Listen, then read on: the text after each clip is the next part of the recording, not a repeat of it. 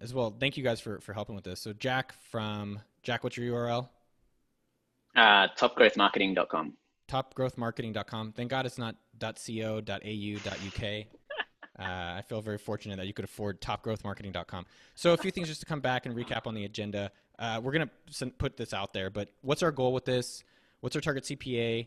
The two strategies we decided for ads, which was send them to a direct landing page. Can Mitchell or Jack, can you guys pull up one of the two of those URLs so we can show that to people? The original goal for all this is that ad rates are down like crazy. If everyone's pulling out, Nick never, bad joke. We always pull in. And our target CPA is like whatever. If AppSumo's, let's just ballpark it. I don't want to share that number, but let's say it's $3 or $5. Can we get it because it's a personal thing, maybe $1 or 50 cents to get people interested in learning about OkDork and marketing, and as well learning about our other business units. So I think the target CPA is like, is there a new marketing channel, and can we get it for $1, especially during this time period? I don't know if someone will want to screen share it, but I can pull up maybe some of the numbers of how it's been going. So Yep. I'll pull that up in the background. But yeah, so two major strategies for the ads is direct landing pages. And Jack, do you want to send that out? Or Yeah, post I'm that? chucking that in the right now. I'm gonna put it Okay. in. Actually, this is a link straight to the. Do you want to link straight to the ad, Yeah, or sure. do you want me to just link to so they can see the ad as well as the landing Yeah. page? Why is this not posting? Should be able to edit it. Hold on. All right. Okay, this should go straight to the marketing tips one. Perfect. One thing that we did for a lot of people watching as well is that when you're doing your ads, the two ways that we found our initial audience is where you took sendfox.com. So let me just show you Sendfox. So within Sendfox, we focus on active subscribers. So we took all of the active subscribers in Sendfox, which is 47,000, give or take, which is people who have been active, clicked or opened an email in the past 3 months from sendfox.com/Noah, my email list. And we said, let's exclude these people because they're already on the email list, but let's do a lookalike so Facebook can show ads to people who look like the people that are my best readers with dork stuff. So we'll pull up some of the ad stuff and go through it. Are you posting in the Google Doc, or where are you posting this, Jack? I posted in the Google Doc, so but I can share my screen and we can go through the Yeah, ads yeah. manager Do if you share want. your screen. That'd be awesome. All right, let's do that. Share screen. All right, let me know when you can see that. We can see it. Yeah, walk us through it. The other thing is the Google Analytics piece. It would be nice to have that as part of it. Mm-hmm. Yeah, So let's come to that yeah. after. Actually. So yeah, we can go through this. So essentially, what we're trying to do is we're trying to grow the email subscriber list, and as Noah said, the way we're doing that is we're driving stuff to the direct landing page for the sign up subscription. And then we're also trying to drive traffic to content and then having content upgrades, pop-up forms, that sort of stuff on those blog posts to get those. Now we have the complete registration lead event. The Facebook event, Can we complete registration on all are those. you showing lifetime? You chose lifetime so you could show everything. That's Well, it's this is fine. I think just that's actually interesting to do lifetime. Leave lifetime on for a sec, just so we can compare. this will just be lifetime in this campaign. So at the moment, this is the campaign that we're running for the subscribers. And so, So you how's can it see looking? here. Like, what do you look at when you're starting to look at this stuff? So a few things. So you're going to walk through the importance of your conversions. So most important is our end goal, which is the complete registration, because that's when someone's gone through, they've signed up to our email list, and we've now tracked them as a subscriber. Then the secondary metrics you want to look at are things like cost per click, click-through rate, landing page views, cost per landing page view.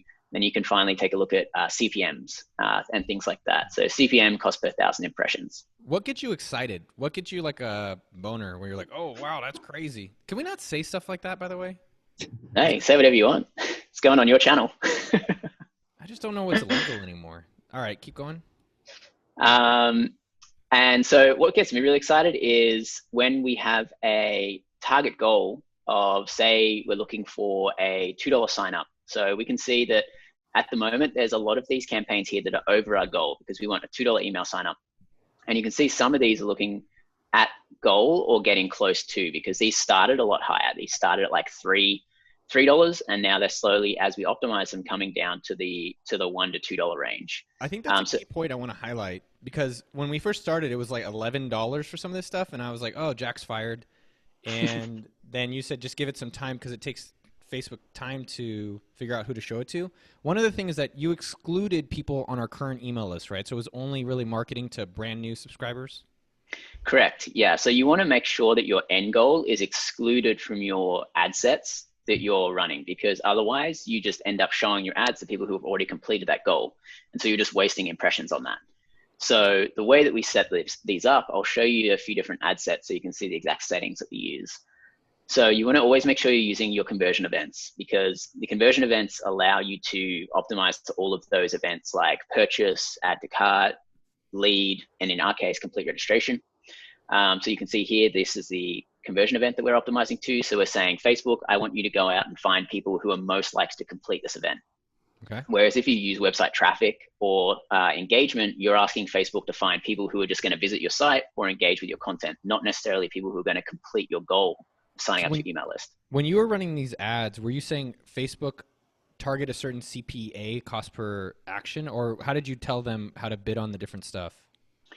So start off by just doing an auto bid so that you can collect data. And so down the bottom here, you're going to have a few options. So we're asking Facebook to optimize to our conversion. And now we're asking them as well to try and achieve this goal within a one-day click. So this is going to get a little bit more technical, but you have attribution windows and you have, delayed conversions. But we have a relatively low barrier to complete this event because it's just an email sign up. So we want to make sure that we're trying to complete that straight after the click. Now, if you have a more expensive product or something that takes a longer time to convert someone, usually you will do a higher attribution. So it might be 7-day click or 7-day click and 1-day view.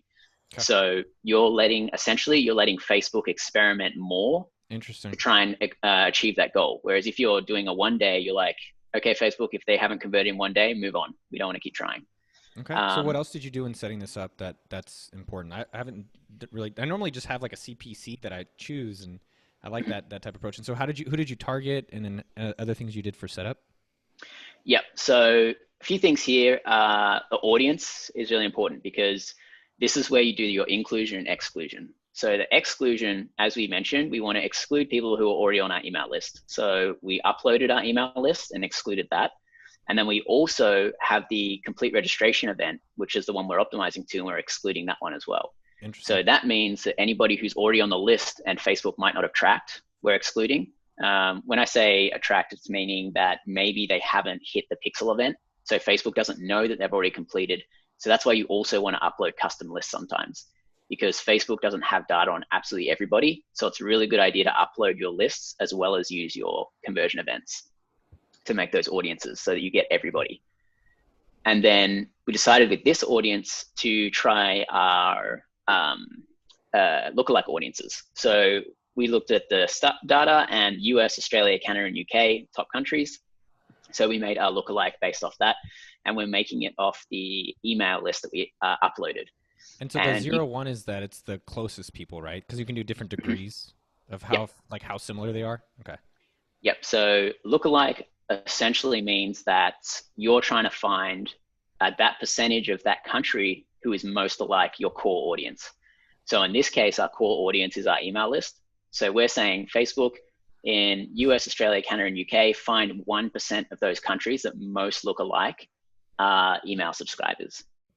And you can obviously go up to 10% maximum with Facebook. And so we're starting with the lowest because they have the essentially or logically the highest chance of converting because they're the most similar. And then you could target those countries. Do you target male or female, or you just leave it gender? Okay, men. Good. So we're targeting men just because of your niche. Oh, sorry, man. I don't mean to cut you off. No, you're good. So age, we narrowed that down a little bit. We obviously have previous data from AppSumo as well. That helps us narrow this down. But if you're just getting started and you have no previous data, it's a good idea to open up 18 to 65 because you want to use the data to make the decision on as you're cutting it down. So when you're in your ad account, you can go and look at all your breakdowns. So breakdowns essentially mean how you segment your data. So you can look at the breakdown of ages, gender, region or country is another good one. Also platform and device. So you can really see which devices, which countries and ages are performing really well. Oh, okay. Now Well, let's we come and can, then so the ads or what do you want to show next? So you did the sets, and then I'd be curious to see the set of how you set it up, and then kind of how do you do your analysis and adjustments around it. yep. So let's go into this ad set that we set up. So here we have a bunch of these ads in here. So as we mentioned, had two different approaches. So we had the approach of setting up direct signups. So these are the general sign up ads. And I do a lot of my organization in my naming convention. And then we also have blog posts. So we have posts in here for all the blog posts. So we have a LinkedIn post, Tony Robbins post, viral content post, Can you walk through Facebook your guide ad post. structure? Because I think I've copied you after I've seen you do that a few years ago. Mhm. Yeah, sure. So I use a process here where I either have a draft, an ad, or a dark post. Now, dark posting is getting a little bit older because Facebook's trying to transfer social validation meaning like, shares, and comments. They're trying to transfer that over when you duplicate, but it's not 100% all the time. So I still use dark posting. A dark So posting means that it's not necessarily a public thing I'm sharing. yeah, so every ad is actually not shown to the public, but every ad has a Facebook post URL. So when I say dark post, that means that we're using an existing post and we're pulling in that post with its post ID. So where you can find that is if you go to Facebook post with comments, open that in a new tab, you'll see at the end here, this is your post ID. And so you But can this is take never that. public, or was this public? Yeah, anybody can go to this URL and see this. Mm, Um, but yeah, what we do is we just take that post and put it straight in here. okay. And so that way, the downside is you can't edit this ad anymore. The upside is that all of our ad sets drive all the traffic to that exact post. So as we collect likes, shares, and comments, they're all going to be put onto a singular post. How much do you think that matters in terms of conversion, having the social stuff on it? Big. It's really big. Yeah, it's really Big? big. Okay. Yeah. I mean, I get it. I get it in theory. I'm just curious, like, if we have any stats or something like that about like with and without it. Yeah, our best performing AppSumo ads are ones that have thousands of likes, hundreds of shares, and for that reason. Yep. Okay. So we have Um, these different things, and then they're showing everywhere. You guys just let Facebook choose where to show it. yeah. So the next stage, so you want to do your optimization on levels. So you start with your ads. You get rid of all the ads that have bad CPAs on your target. So Can we walk through this? Yeah. yep. So here you can see that we've turned off a few of these because they're above 3. We're trying to optimize everything below 3. So we've turned off anything above that, and then we're also letting stuff run. And this one here is obviously taking up most of the budget because it's under that 3 and it keeps running. What we want to do though is we still want to spend on these because some of them have really good secondary metrics. So secondary metric might be cost per click, and it might be click-through rate. So you can How do see we get more here, traffic on those? well, we'd probably turn this off for a little while to transfer it. But over time, Facebook will experiment with these. But if they see one that's working, they'll keep running that. What's This the has gotten worse. So we probably will turn this off soon because you can see our cost per click here is well above our ad set average. Oh, that's interesting. And then what'd you set the daily budget to as we started this? So we're using CBO. And so we're setting the ad set budget on the campaign level. So we're putting $50 a day. Make it 100. And Let's go 100. okay. All my bar mitzvah money. Yeah, I got to jump off, guys, at another meeting, but catch you guys Okay. later. See you, Nick. This is good, dude. This is really helpful. Mitchell? Yeah, it was great. Okay. And so what Facebook does with CBO is it's going to look at all of your ad sets and decide which ad set to spend the money on based off the data that it's receiving.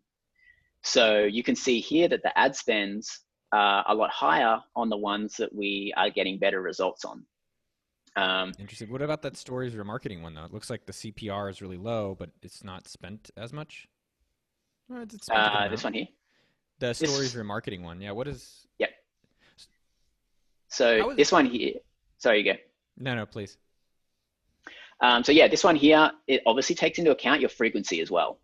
So frequency is really important to look at because if you using CBO, you want to keep an eye on your frequency, because you don't want Facebook to drive up like, a 6 frequency on your remarketing and avoid spending any money on your prospecting. So frequency is how often those people have seen it. So they've seen it 6 times. The other thing that I just want to highlight, because if people are watching this, is that unless you have something that makes money, don't start running ads. I think too many people are like, I got a landing page and let me get some emails and then I'll try to sell them stuff.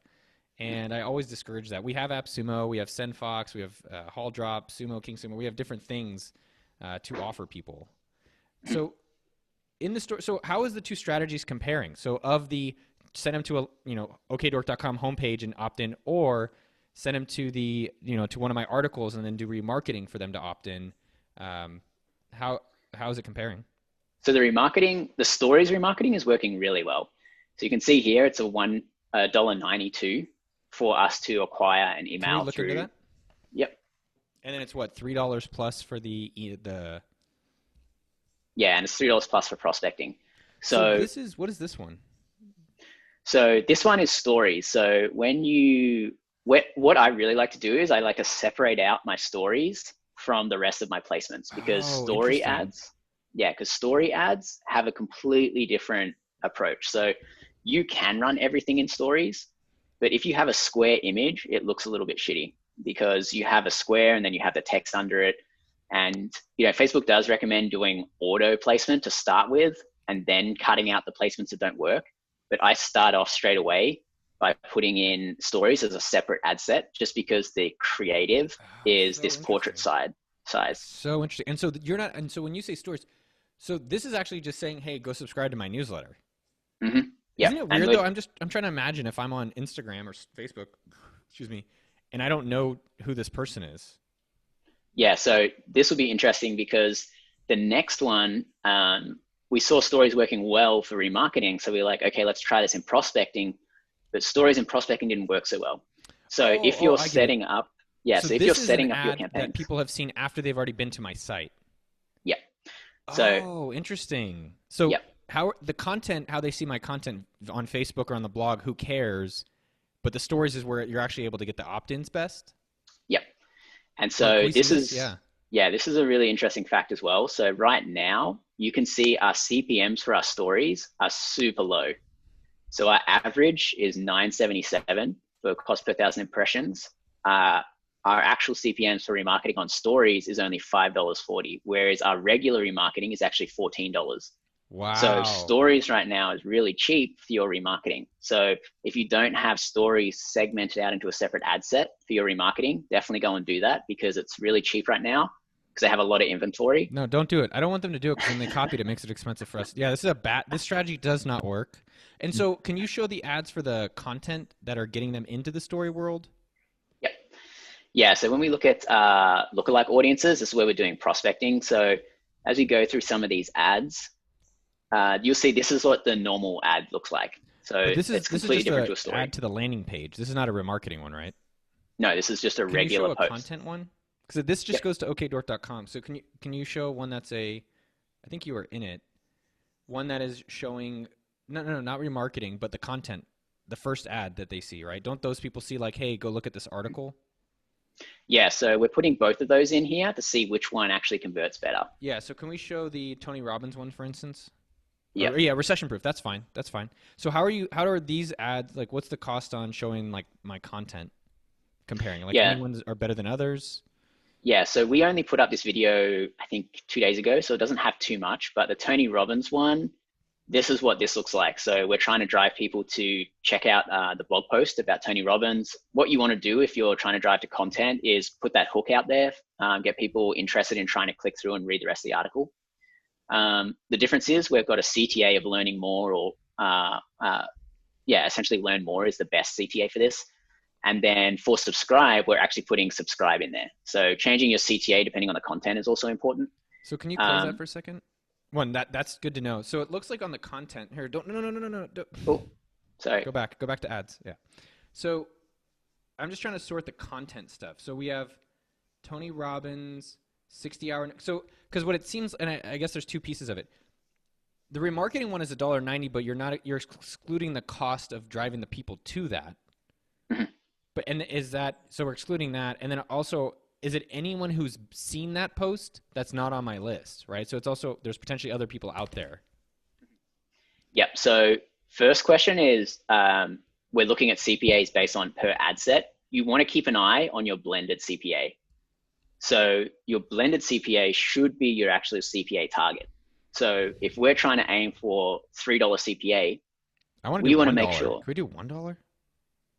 Yeah, we can try $1, but it's going to be tough considering that remarketing's at $1.90. So getting it down to $1 will take a while. Did you set the target at $3, or are you just letting Facebook do its thing?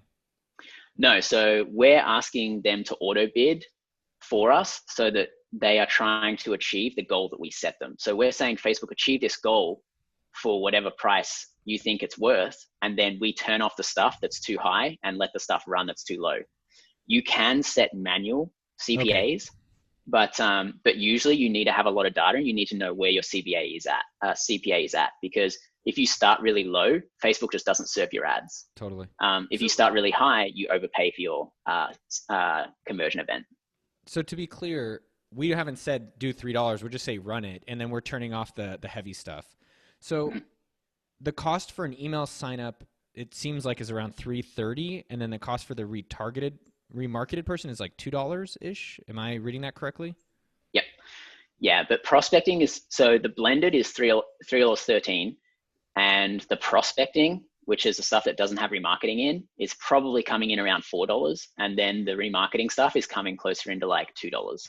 And then because you can see most of the spend is on this one. For prospecting, you're talking about sending them right to the landing page or sending them into it. What's the cost difference between sending them to the landing page and then just sending them to an article? So let's take a look at all the ads so we can take a look to see the best ones. So what I like to do is I always like to, in this campaign, for example, I'll filter all the ads in this campaign. And this is why your naming convention is really important.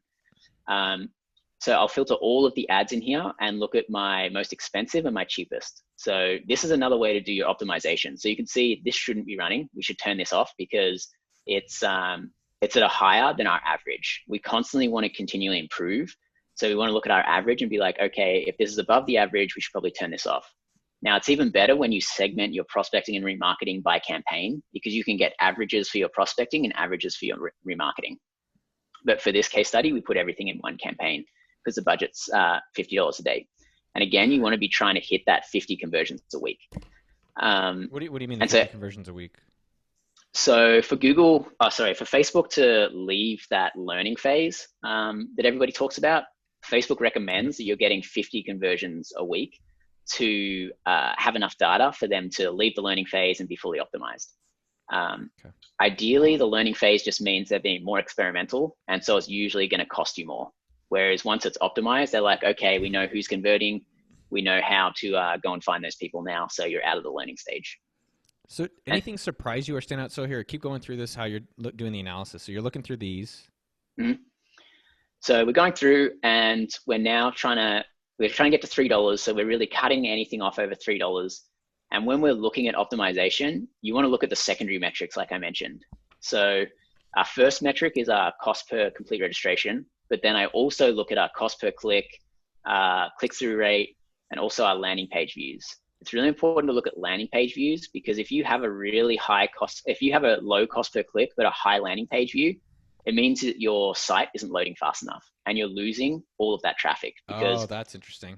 Say that one more time. Say it one more time, but in an Australian accent. I'm putting on my American accent. What are you talking about? No, but say it one more time. So if you have, if you look at your CPC, so I always do link click, because you want to really look at the link click, not all clicks, because that's the link that's going to drive traffic to your website.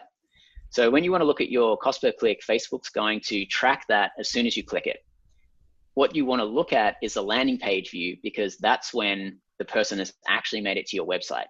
And so if your cost per click is really low and your landing page cost per landing page view is really high, it means that people aren't getting to your website. So they're bouncing before the page loads. And so this can mean your page is too slow, or you need to maybe fix where your Facebook script loads. It's getting a little bit more technical, but essentially the basic stuff is you don't want your cost per click to be too much lower than your landing page view. If you do, you're still paying for those visitors, but they're bouncing before they even Got get it. to your website. Got it. Totally get it. And so how are we looking at these ads to optimize and make changes moving forward? Like, I think how did you choose, and then how did you choose which articles we're showing? Yeah, so with the articles, we opened up Google Analytics, and what we wanted to do is we wanted to find the most engaging articles. So we looked at a few factors. Do you want So the to pull first up one, Google Analytics and just show yeah, it? let me find the account. Give me one sec. OkDork. This one here. This is Yeah, super interesting, by the way. no worries. Whoa. So here, so you want to look at your, a decent amount of data. So I think we looked at, let's reset this and let's go look at like the last 6 months. So November, yeah, perfect. Yeah. So what you can do is you can look at kind of like a good decent amount of data. So you did acquisition and then source medium? No, we're actually going to go to behavior, and we're going to look at site content. And we're going to look at all pages. And so here, there's a few different things that you can take a look at. So you can see which of our pages get the most traffic. So here you can see the recession proof, why I walked out on Tony Robbins, how I learned, what I learned from not eating for 60 hours. And so you want to take a look at a few things. So first off, you want something that's getting a decent amount of traffic, because that means it's an interesting post. People are finding it. People are interested. Then you want to take a look at the time on page. So if you have a huge amount of traffic that's going to something like this one here, people are only spending about 19 seconds on there on average. So it might be better to use the post why I walked out on Tony Robbins, because people are staying more engaged, because they're on average there for twice as long. So that means that content might be more engaging or more interesting. So when you're thinking about what content you want to drive people to, look at the average time on page, and then look at the bounce rate. So if the bounce rate is really high, that means that people are probably not interested in the content and they're just leaving.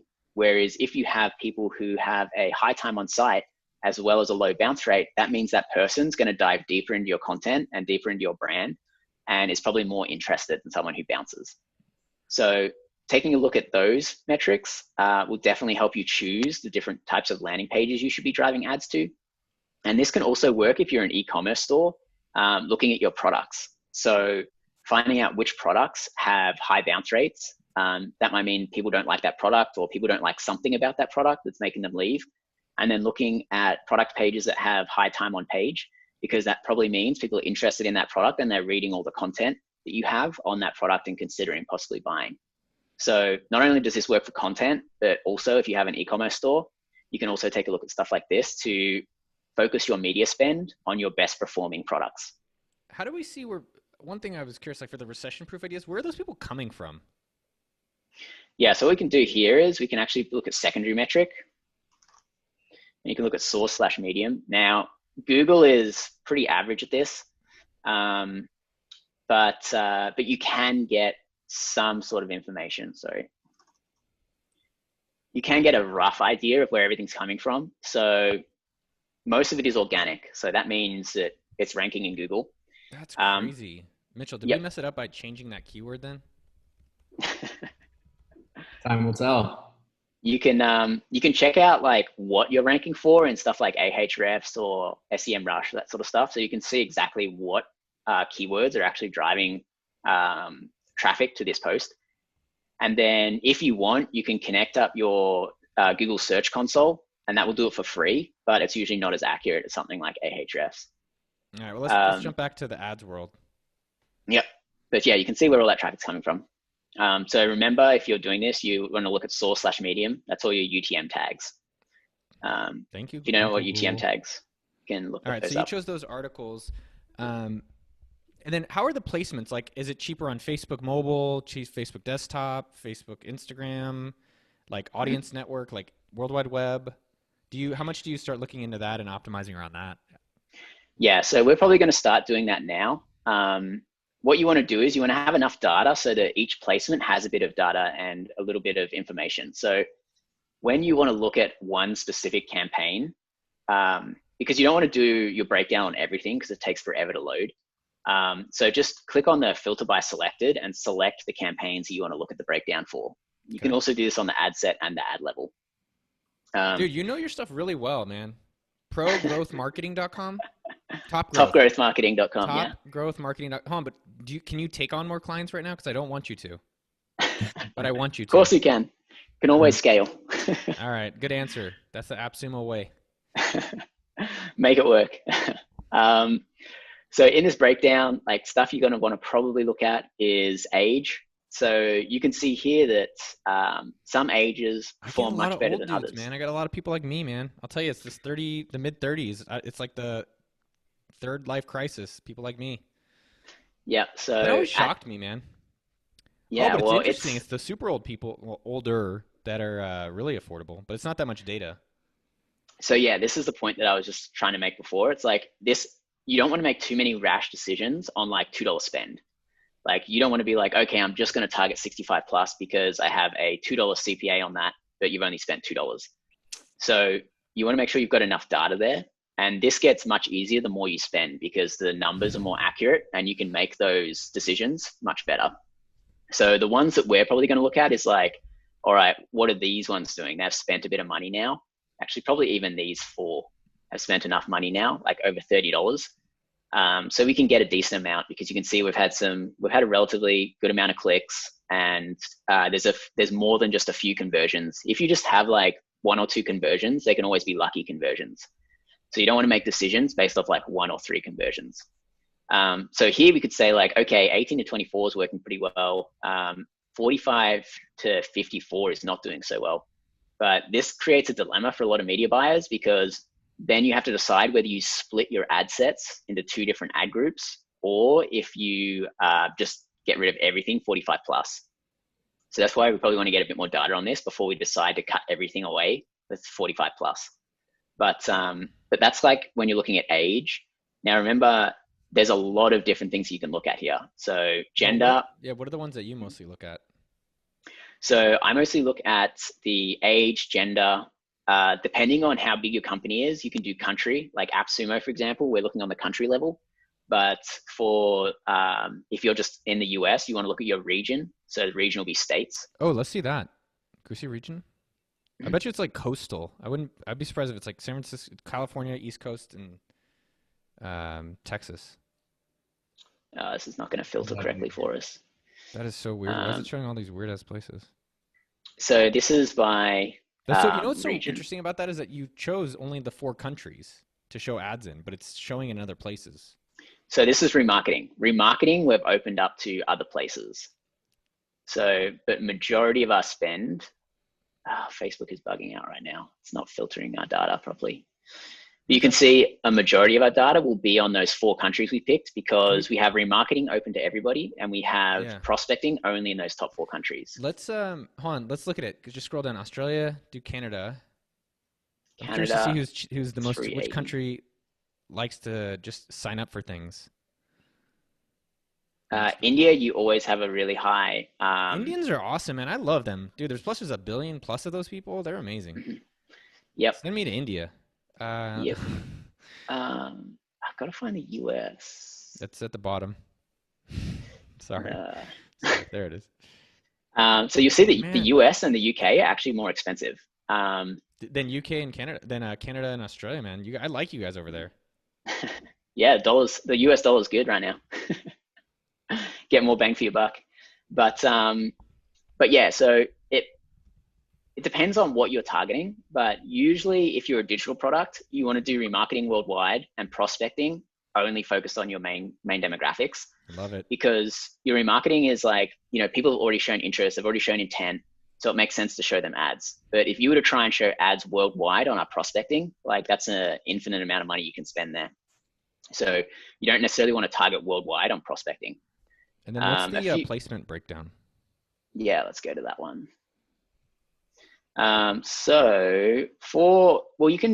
You can start off by doing platform because this is really easy. And if you don't have enough data, you can literally just see if Facebook or Instagram is doing better. That's what most people want to know. Dude, Instagram is way cheaper. But is that because of the remarketing is probably happening more through Instagram? Yeah. So this is why you want to possibly do this analysis on the ad level. on the campaign level, and then also on the ad set level. So if you have your campaign set up to remarketing and prospecting, it makes it a lot easier to do. So But two questions with that. Go back real fast. Go back to, I get the analysis part. I guess the question I would wonder here is, how do we expand on audience network, which is like across the web? And then is it worthwhile to expand on Messenger in our early tests?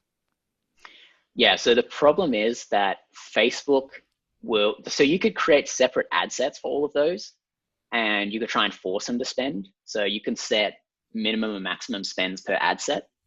So you could try and force them to spend, but all of the inventory is pretty much on Facebook and Instagram. The amount of inventory available on Audience Network and Messenger is a lot smaller, especially because Audience Network just got rolled back in, and they got rid of a lot of partners. It's mostly mobile apps now that is in the Audience Network, because they took away a lot of the content placements on third-party websites. How do we do mobile versus non-mobile? Yep. So when we go to breakdowns, it's okay. So platform and device, this is when it starts getting a little bit more granular. Again, you want to make sure that you're looking at enough data. Sorry, Facebook's just rolled out this new dashboard and it's super buggy. No, we can still kind of get a gist. So kind of curious, like mobile versus non-mobile. I think a lot of people are on. So desktop versus iPhone. Well, it's actually pretty comparable. Mm-hmm.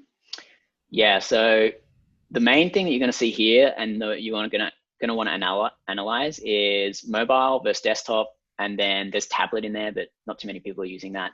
And then you also want to look at Android versus iOS, because you can segment your campaigns or filter out your campaign based on that. So you could say, okay, I only want to target iOS users with, iOS version 11 plus.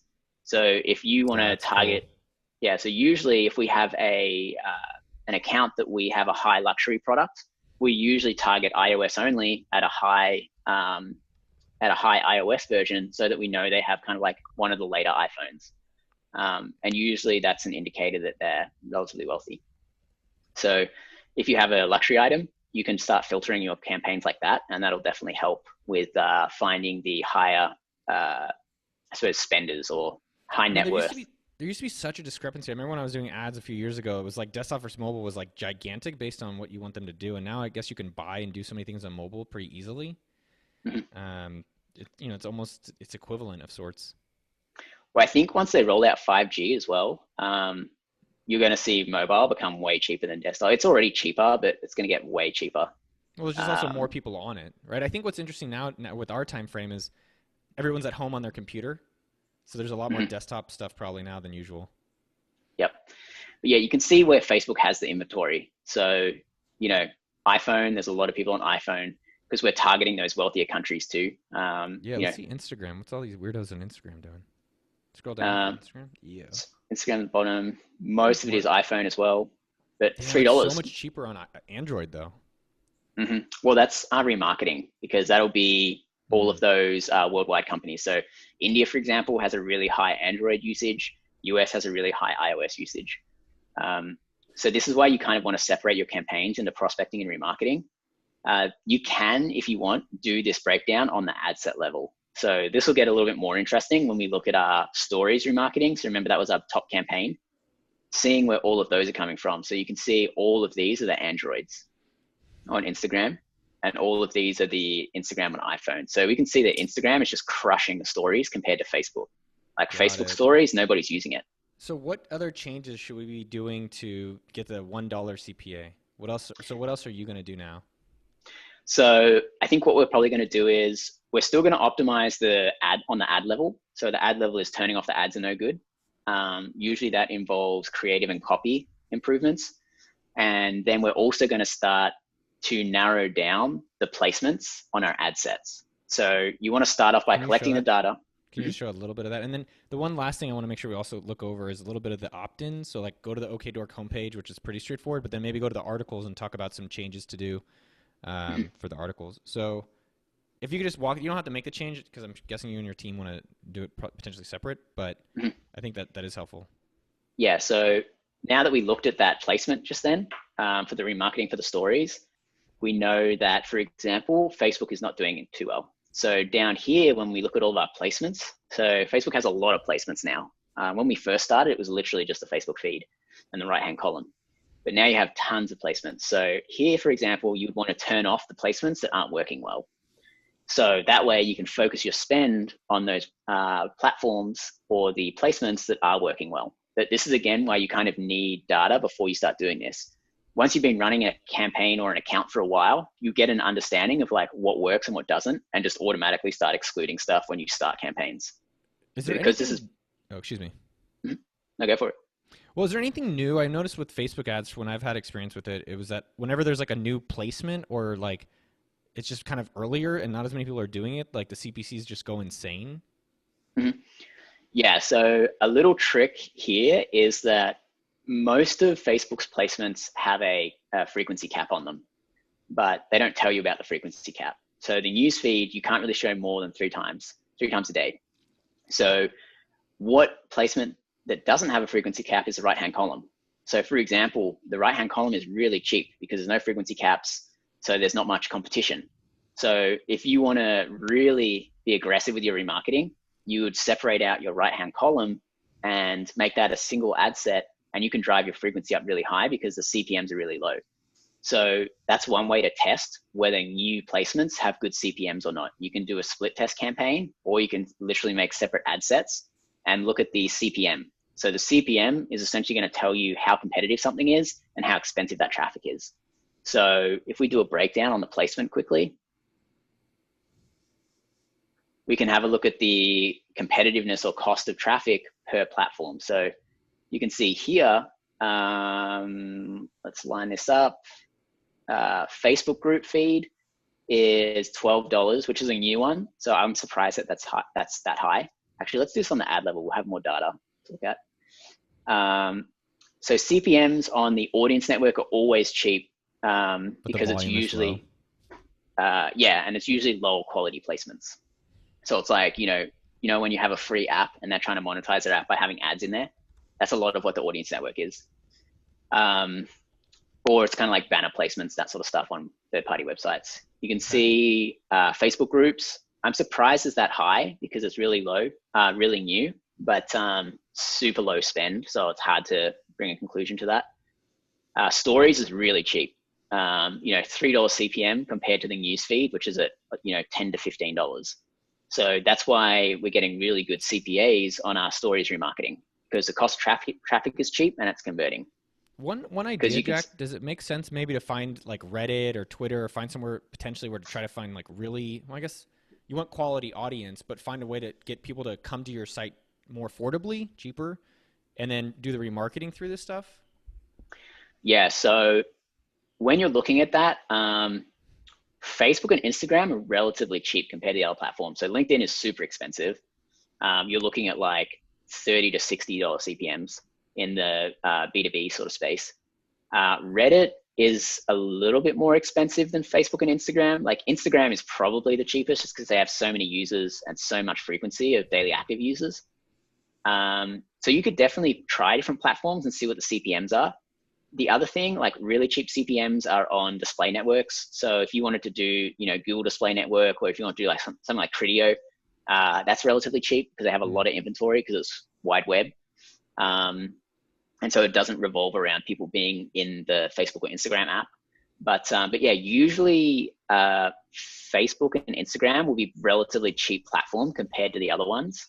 And because they have a lot more inventory, there is a lot more competition. But right now it's a huge opportunity for people because competition is definitely dropping. What's normal CPMs? Like before Corona, what was CPA and CPM that you'd expect before? So across all clients, it's probably been probably like around a 30% drop in CPMs. So, you know, this might have been like a, you know, $12 or $13 CPM on average. But at the moment it's, you know, close to a 9 to 10. So usually it depends on your niche and also how granular you go with your targeting. So for example, on AppSumo, we have some really wide campaigns because we have enough data that Facebook knows what our end goal is. They know that we want this purchase. They know a lot about that person because we're getting a lot of purchases a day. And so we cast a really wide net and let the algorithms do a lot of the work And that allows us to get really cheap CPMs, like $2 to $3. Whereas when you're getting more granular with your audience targeting, Facebook tends to charge you more. But you can only go wide when you have enough pixel data. If you try and go wide without pixel data, Facebook doesn't know who the person completing that goal is. So it's just going to target everybody, and you're probably going to lose a lot of money. And so you've looked at the placement stuff. So the two things I'd be curious is, like, can you show one of the ads and how you're like, oh, this is a good ad. I'm going to try to do more images, or I'm going to try to do more title. Like, can you kind of pick one and show that, and then maybe we'll look at the landing pages? So what I'm going to look at here to find a good ad, let's get rid of this one, is, again, I'm going to look at all of our ad placements, and I'm going to look for ones that have a high spend but a low CPA. So this ad, for example, has done well because it has a high spend. One? Oh, because that's not remarketing. Got it. That one, the story is a remarketing one. Wait, let's do just prospecting. Let's just, let's get rid of remarketing. Okay, so let's look at these ones. Okay, so yeah, this one is still probably the best one. What's wrong with the dollar one, the one below it? It's only spent about $5 so far. So it'll probably come up somewhere in the middle. It'll probably come up to 2 to 3.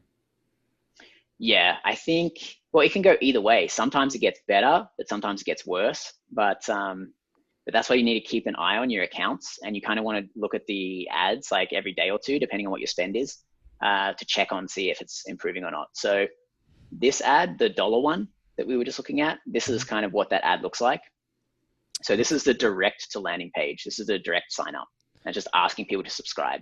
You know what's also interesting about looking through these ads? So you can, change the title, change the image, and things like that. But like, look at the Tony Robbins one. So can you minimize the right side? Minimize the ad, this carousel that's out, or whatever you call it. So yeah, scroll up a bit. So this one is $1 per registration, but the data's low. What's interesting? Go up. Excuse me. Go up. Stop. The Tony Robbins one. Yeah, don't click on it yet. It's more higher in cost of registration, but the CPC is significantly cheaper.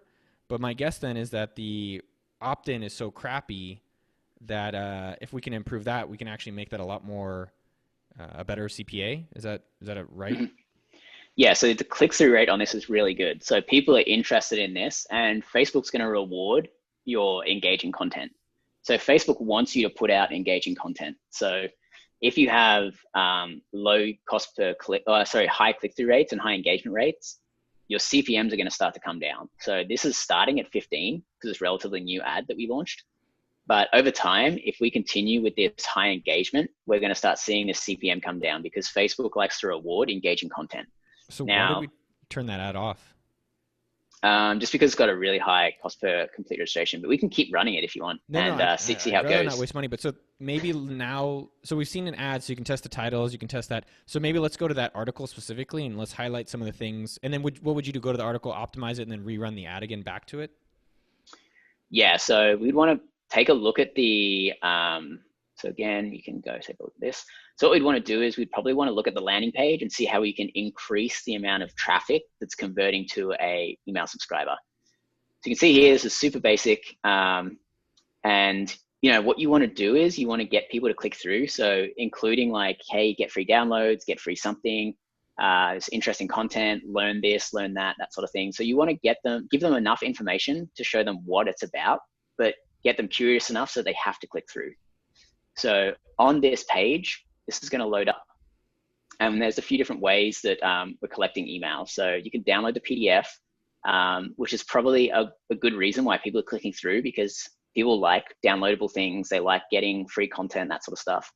But as you can see, we haven't really added that many places that people can opt in to capture that email. Like the Sumo.com pop-ups release later. I think it's like 60 seconds or on exit. Yep. So what would you do? You'd probably have it more near the, there it goes. That's pretty delayed. Yeah. It's near exit though. So if you were to optimize your Sumo pop-up, I would say you probably want to have it pop up after 10 seconds or something, and then also have it pop up on exit intent. So exit intent essentially just means when you're going to close the window, your pop-up will show. Yeah, so I think that's what it's doing. I mean, I think so you can X that out. I think one thing I would do is maybe make a custom pop-up just for this page. right? Because if it's like, hey, here's the viral content download, give us your email. And the second thing is that it kind of doesn't really have a strong here. Like if you see it, there's an image and you kind of, all the things blend. I would probably have a big fat link under the date that's like, hey, that's just a permanent link that's like, hey, give me your email and I'll send you the secret PDF. Not secret, but PDF. I don't like the secret stuff. Because this one kind of blends and it's pretty light. How is this? So I like those optimizations. And maybe even have like an inline box, like, you know, sendfox.com, the email marketing I use has boxes. In the how are the content articles comparing? So how does this compare to Tony compared to the recession proof in terms of CPCs? So let's filter by name. So here we have, this is just prospecting. Remember, we're not looking at the remarketing here. But you can see here that the Facebook guide, pretty low cost per click. But no opt-ins. Cost per click, but no opt-ins yet. Again, guide. This is really good, 19 cents. Only spent 19 cents, but starting out with a really strong what's the difference between that recession proof and the below one? No, there's two of those recession proof. What's the difference? So these are the same because we're selecting multiple ad sets here. Oh, got it. Okay. So yeah, just a trick with Facebook. When you are selecting either campaigns or ad sets, it's going to show you the amount selected up here, and every level down, it'll filter to that stuff. Right. Keep going. All right. So those are the different ad sets. So basically that recession proof one, we need to probably put an opt-in in. So I'm going to do that in this week. That's one of my goals for before end of week. But so looks like that one was getting, I mean, there's not enough data on some of these article ones. The Tony one is good. It just is also as well not getting enough, the opt-ins low. Tony, does Tony have like no traffic? Go to the Tony stuff. Yep. So why is that not getting any traffic? So Facebook is prioritizing these ones that are getting conversions. Even though all the conversions are bad, basically. Yeah, it's just not as high as it could be. So this is why you really want to be pretty aggressive. If you have a lot of ads, you kind of want to be pretty aggressive with getting rid of stuff. So that's why anything over 3, we're getting rid of. But if we want to be more aggressive with that, we can start moving it down to like 2. So, you know, that way we're kind of only keeping the top converting stuff, but we're also giving these ads that haven't had much spend an opportunity to start spending. So that's what you'll see as you optimize more. I've always joked that, you know, Facebook's really motivated to spend as much money of ours as possible. And so whatever they can spend that makes you feel good, they will. So you have to be aggressive on defending yourself and being, aggressive on making sure it's doing the right things. So it seems like some of the biggest opportunities is just like weeding through the losers, looking at some of the, it seems like the content stuff could even do a lot stronger. Just we need to optimize the opt-ins on those. Yeah, I would say, optimizing the opt-ins on those landing pages is one. And then 2, we can probably, once we have those in place, we'll probably start getting just pausing these general ones for a little bit, giving some opportunity for the content stuff, and then getting the data to even out a little bit more so that we can see a bit more data from the content ones. I would say the reason that Facebook's not sending much traffic to the content ones is just because the conversions haven't been happening. And so Facebook's like, okay, it's not achieving our goal, so we'll send all of our spend to the ads that are achieving the goal. So at the ad set level, or is it the campaign level that you could say, hey, we just want to get the cheapest clicks to these, and then have it optimized for that, and then let the remarketing optimize around the conversion? Yeah, so on the campaign level, you'll set your campaign objective.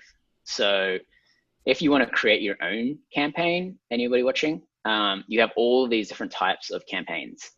Now, we mostly use the conversion campaign just because it allows us to leverage the algorithm, pixel data, and optimize towards the goal that we want. If you wanted to just get a lot of traffic that's not necessarily going to convert, but it's just going to be a high volume of traffic, you can do something like a traffic campaign.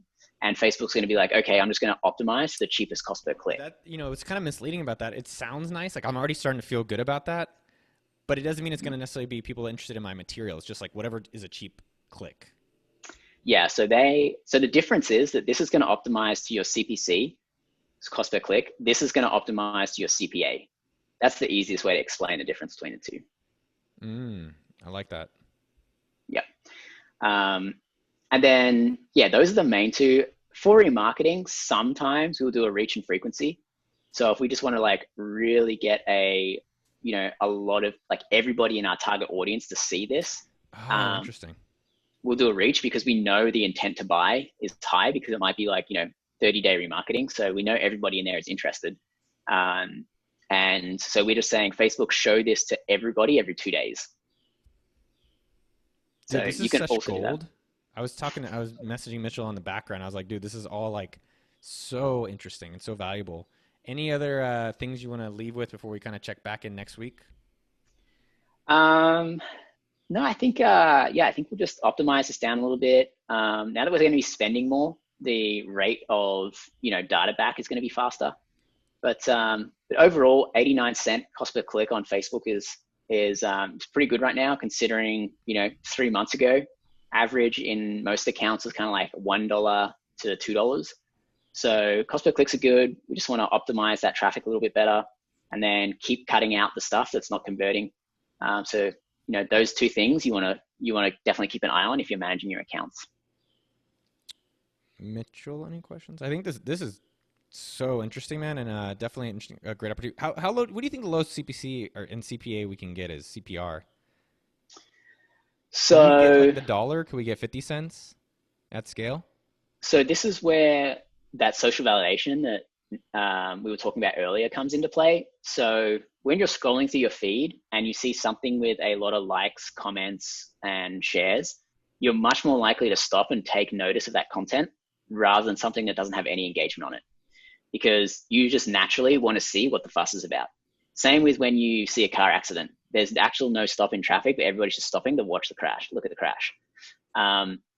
So same thing with the news feed. So the more social validation, usually the cheaper your conversion rates are going to get, just because you have that social validation. So I think as we collect more social validation, as we optimize the spend to the content that is getting low cost per clicks, and it's also converting that to the lead sign up, I think we'll definitely get it lower.